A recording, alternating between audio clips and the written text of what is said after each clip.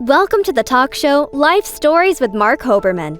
The goal of this show is to provide a learning experience to people of all ages, with guests from various fields in academics, a wide range of industries, and insight into the many forms of art, athletics, and entertainment. We hope you enjoy the show. Singer, songwriter, America's Got Talent, and American Idol superstar contestant Dylan Zangwill is today's guest. Dylan will talk about songwriting, performing, and navigating the entertainment business as a teen. Singer, songwriter Dylan Zangwill, welcome to the show. Thanks for having me. Pleasure having you. I don't know if you read the fine print, but for a week after the interview, I switch hairstyles with the person I interview. So hope that's not a problem for you. It's not going to be a problem for me. Not at all. Good. So Dylan, let's start from the beginning. We're going to go up and back and forwards with the timeline here. But tell me when you first became interested in music. Well, I've always been interested in music my whole life. My parents played the Beatles for me a lot when I was really young. And one of my first favorite albums was Magical Mystery Tour. I was about 4 years old then. But my whole life I've been playing piano, and I picked up the guitar when I was 9. So I've kind of always been doing it. But when I was about 9 or 10 years old, at my school, I had the opportunity to sing in front of the whole school, essentially. And I'd never performed in front of anybody before. And that was one of the first times I ever did it. And from there, I knew it was something I loved, and it kind of broke my fear of performing publicly. And ever since then, I started playing gigs around and some shows here and there. But from there, when I was 14, I got the opportunity to be on America's Got Talent. And I think after I had done my audition, I had realize this is something I want to do for the rest of my life. So it's been a long time, a long journey to do this.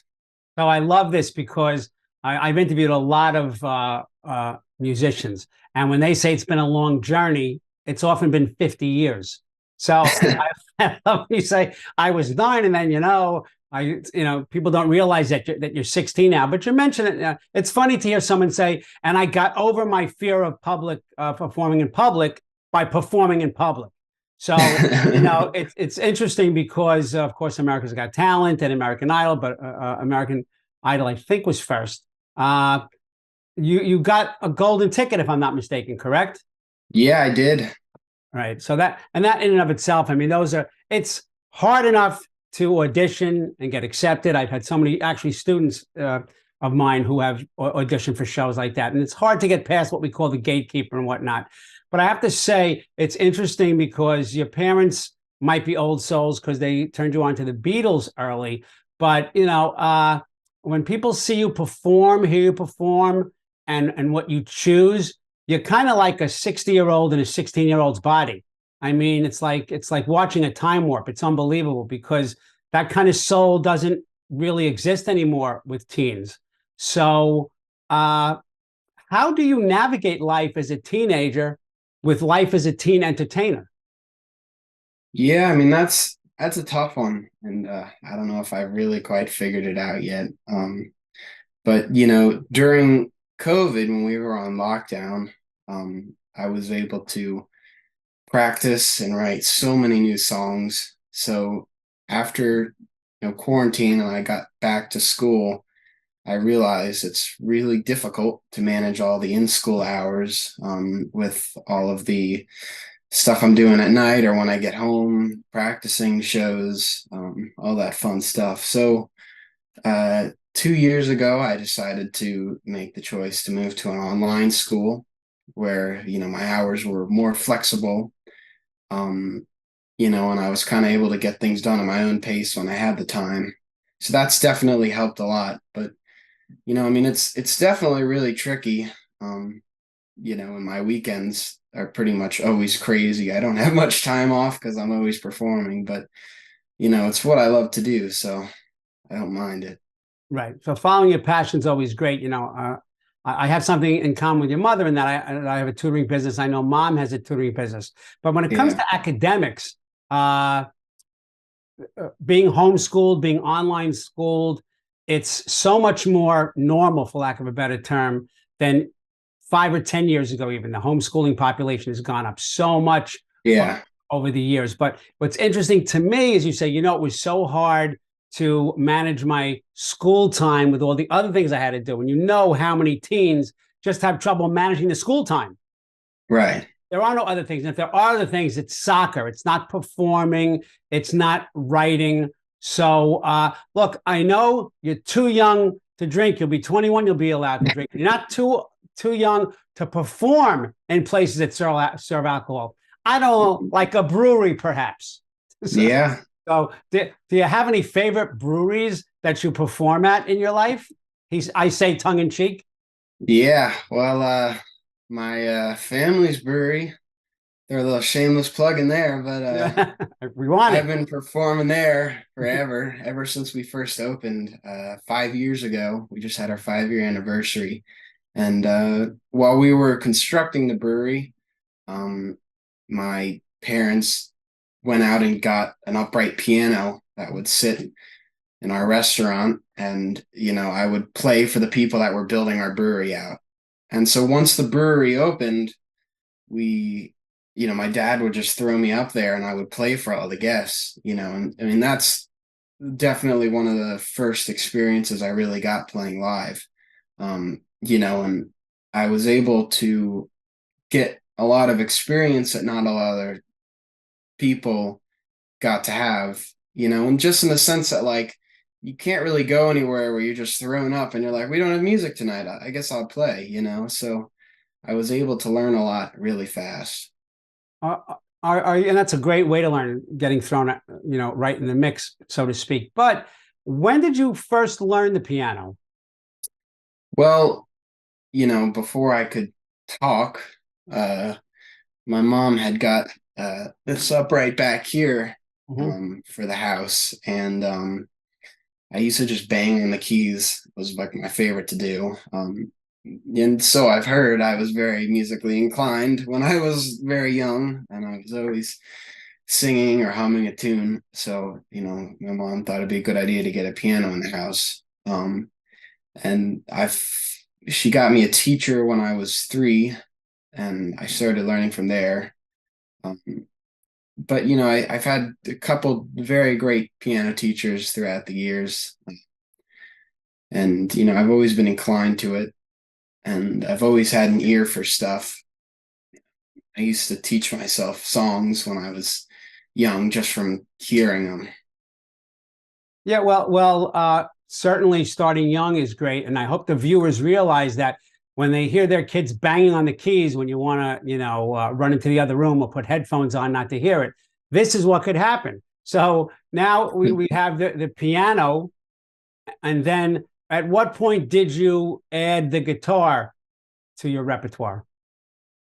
Um, well, I was at a Christmas party when I believe I was around 8 years old, and a family friend of ours had a couple guitars, and he was trying to teach me a couple things on it. And I just kind of at that moment was like, "Yeah, I really want a guitar."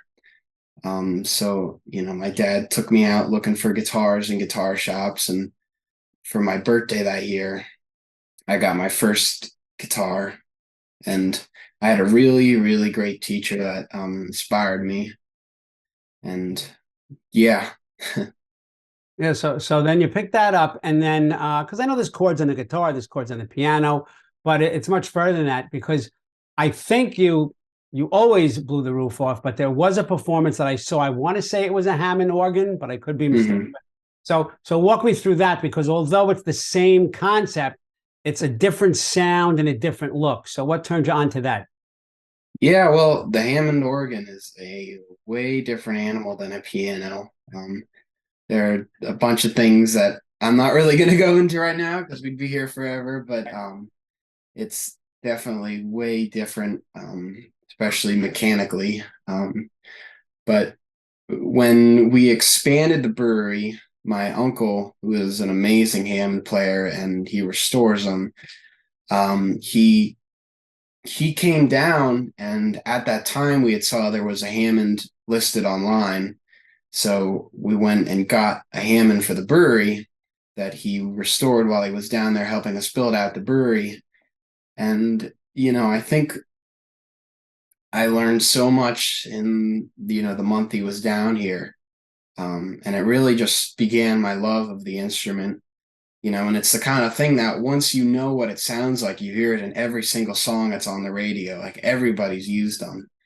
But yeah, it's a crazy instrument. Well, I'll tell you something that I find so interesting is that, my sons listen to different genres, but I've never seen a wider genre from a person your age than you, because how do you go from Queen to country? So, where do these loves and these musical journeys take you? Yeah, well, man, I get that all the time. My genre, or the genres I play, are I kind of go all over the place, especially at shows, and in writing too. Um, I think I'd always loved classic rock. Like I said, I grew up listening to the Beatles, and then it was David Bowie, and then from there it was Queen. And, by the time that AGT had come around, playing Somebody to Love was my favorite song to do at the time. So, that's the one I did on the show. But, from there, I got so much exposure and so much experience that I started branching out into other genres of music. About 2 years ago, I went to go see Lucas Nelson in concert, who is Willie Nelson's son, and that show just blew my mind. It inspired me so much. So, a couple months after that, I'd started listening to Willie and Waylon and all sorts of classic country. And that's really where I started loving all these different types of music. And from there, I've gone from rock to country.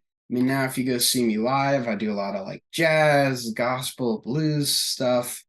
So yeah, I mean, I really just love a lot of music, and I find a way to make it all work together.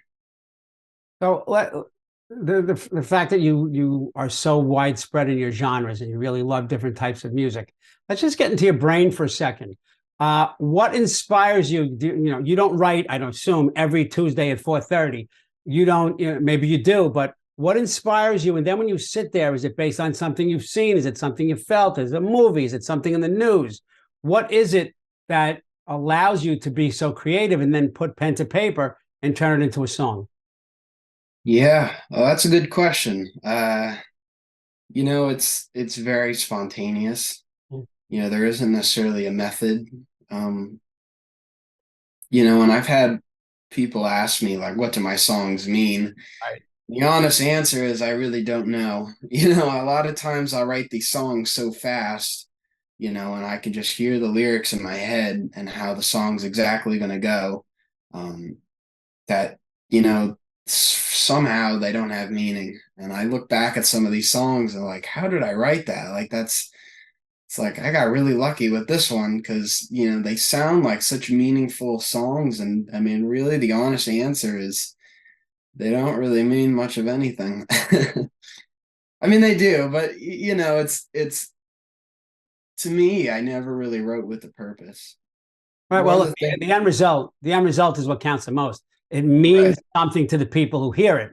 So Yeah, that's tremendous. Too many people, unfortunately, it's great if they write just for themselves, but they write for themselves and they don't get the commercial success they're craving or deserve because it just doesn't resonate. Of course, yours resonates, but for teenagers and parents of teenagers, Dylan, so many people just see the lights. Like, oh, it looks like he rolled out of bed. He's so confident, comes out, sings his song, gets a standing ovation. On one show, gets the golden ticket. But on my show, right. I like to really talk about the story behind the glory. And even though you're only 16, what struggles did you have to overcome as you tried to get your music heard and then appreciated? Yeah, well, there's a lot of behind the scenes stuff that actually gets me to the stage. Mm. Firstly, I mean, I practice probably 3, 4 hours every single day. So there's a lot of time I put into that.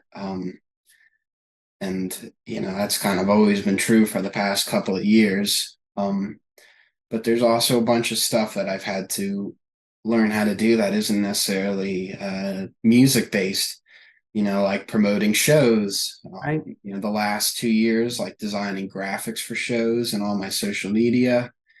Um, and then, learning to run sound. We bring a pretty good setup to every show we play, and learning how to plug everything in and get everything sounding right. There's so much time with that. But yeah, I mean, there's a whole lot of time I spend behind the scenes and writing set lists and learning new songs and memorizing new songs. That's one of the things that in the last 2 years was a commitment that, like, before I play anything on stage, it has to be 100% memorized. Because I feel like there's so many people that use either like books on stage or iPads on stage, and it kind of disconnects you from what's going on. And as a performer, when I was doing it, I found that I was relying too much on what was in front of me, even for stuff that I 100% knew. So there's so much time that's spent behind the scenes that you know helps me get to where I am. I think that's so true, and you nailed it. You gave liquid gold there, quite honestly, because people don't realize how much work is involved in that. It's not just a music career; it's a music business. And Mm. I know you're a Beatles fan, so there is a story that the Beatles had a rule: 100 hours of practice for every 1 hour of performing. So you use that number 100 with 100% memorizing it, and really not just so you look good memorizing it, but you want that connection, which is not easy for performers 3 times your age, let alone your age. And I don't want to keep harping on the age because obviously you're wise beyond your years. So let's not take away the fact that, how amazing you really are. But, there's other parts of you that are so personalized. For example, I interviewed Stan Zimmerman, possibly a little too young for your time, but he wrote for a show called The Gilmore Girls and The Golden Girls. And it turns out, I didn't realize this till after the interview, that he was very, very close friends with Paul Rubens. And I only knew that when I saw his post after the unfortunate passing of Paul Rubens. So I understand that you have a special connection to Paul Rubens, and I'm amazed that when I'm asking this question, I think that's a doll, possibly. Is that a Pee Wee Herman doll behind you? Yeah, it is. It's two of them actually. Okay. So what is your connection? Because I thought Pee Wee Herman would be before your time, but I know that kind of touched you. So let's just talk about that briefly, just to hear your thoughts. Yeah, well, my dad kind of raised me on Pee Wee Herman. That was my favorite movie growing up, and watching the TV series. Somewhere we have the Pee Wee Herman DVDs. Um, yeah, I mean, I think I just love like the creativity, which is something, especially when I was younger. Like I loved building things. I loved, using my imagination. And I think I really just connected with his art, and who he was. But, I think my whole life I've always loved Pee Wee Herman just for being, I guess, just being brave with his art and just doing whatever he wanted to do. I mean, his movies and TV shows, I mean, they're just genius. And I was very sad to hear about his passing. Yeah. But It's yeah, incredible that somebody your age had that, makes that kind of connection. I guess I made a mistake. Your dad brought you up on Pee Wee Herman. I brought my kids up on Good Burger. So a little bit different, but I love that connection. I know in about a minute you're going to grace us with your talents and sing Mhm. us a song. Is it going to be a song you wrote? Yeah, it is a song I wrote. It's Excellent, beautiful. called Bittersweet Melody. So before Bittersweet Melody, tell me what is next for Dylan Zangwill. I'm sure there's tons. Yeah, well, I ought to get my driver's license pretty soon. Uh-oh. That's very exciting. some normal things Maybe for going you on. it's exciting, but I don't know if it's exciting for your parents. But go ahead. Yeah, but so yeah, I've got that going on. I'll be 17 in a couple months here, and just gonna keep writing, keep playing shows, doing a bit of traveling, and, Excellent. meeting some new people, and just keep playing music. I love that you're going to be 17 in a few months. I have hats older than you. I'm just saying. There's no ill will here. So I'm going to do the sign off to the viewers, and then I'm going to ask you to play your song, and then we'll say goodbye to you. So let me first say to the viewers, don't forget to watch us on E360 TV, available on Wednesday nights at 9 p.m. EST on Roku, Apple TV, and Amazon Fire. Remember to follow us on social media. Life Stories with Marc Hoberman is on Facebook, Twitter, Instagram, TikTok, and of course our YouTube channel. So don't forget to subscribe.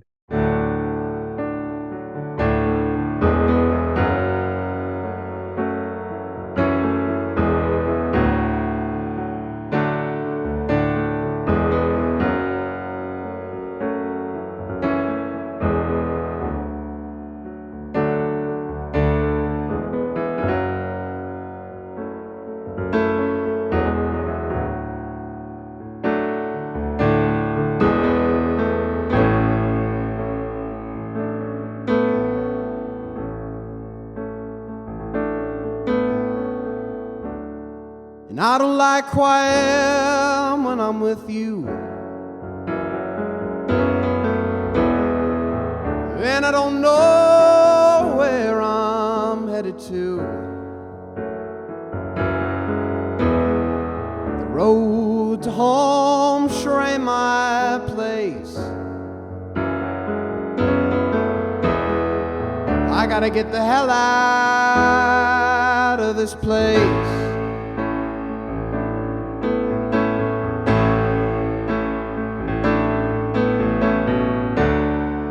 Fields round here don't grow no longer. The air is crisp and ain't sure on sweet. And I can be here no longer. Here's your bittersweet melody.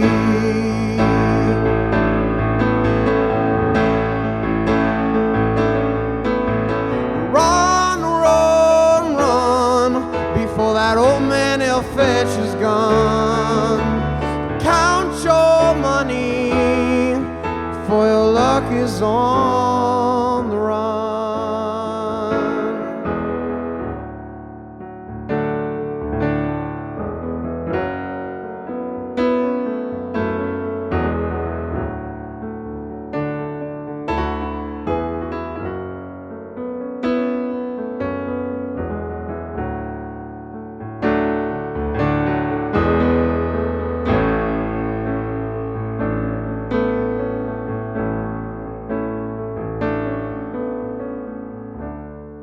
Well, it's hard to keep pretending. No, Philadelphia never looked so small. The days, they go on without ending.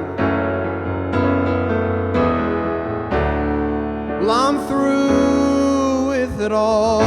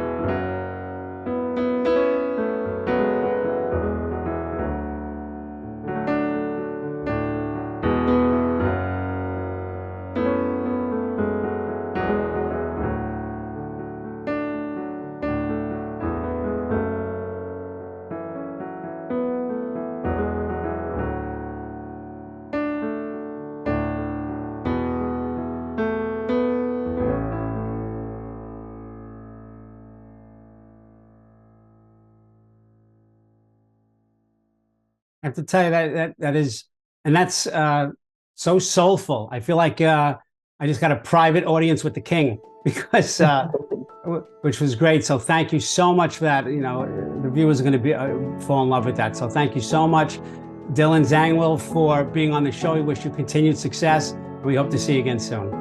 Awesome. Thank you so much. Thank you for watching Life Stories with Marc Hoberman.